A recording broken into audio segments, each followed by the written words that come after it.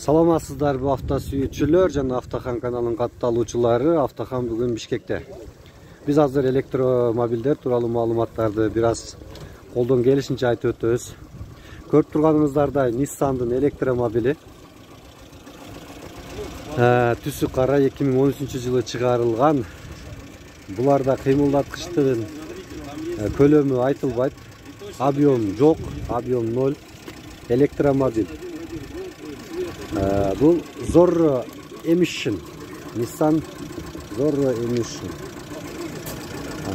Бұл туралы маалымат айта кетсек, машинанын алдыңкы Nissan'ın өзүнүн шелдингин аркылуу ушул жерден заряд болот экен. 5-6 саат заряд болот экен. Заряды 150 километрге жетет экен.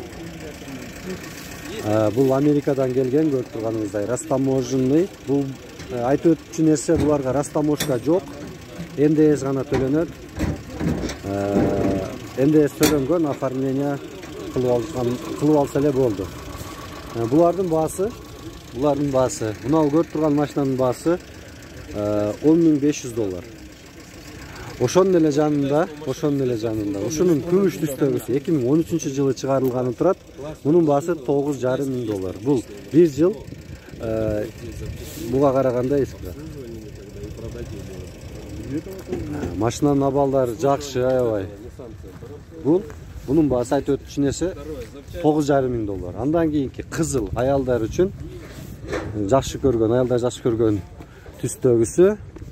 Bunun баасы деле $10.500. Электромобиль. Эч кандай бул жерде бензин же газ башка эмеси жок. Мындайча айтканда батарея менен иштей турган мотор. Буларда объем же көлөм жок. Ошол кыскача маалымат. Кимге керек болсо, кызыккандар болсо, ушул байланыш телефондорго кайрылсаңыздар болот. 0552 78 92 25. Байланышыңыздар, сураңыздар, кызык болсо, маалымат алыңыздар, хажайын деле любопытный ушундай кызыккан адамдарга кеңири маалымат берет экен.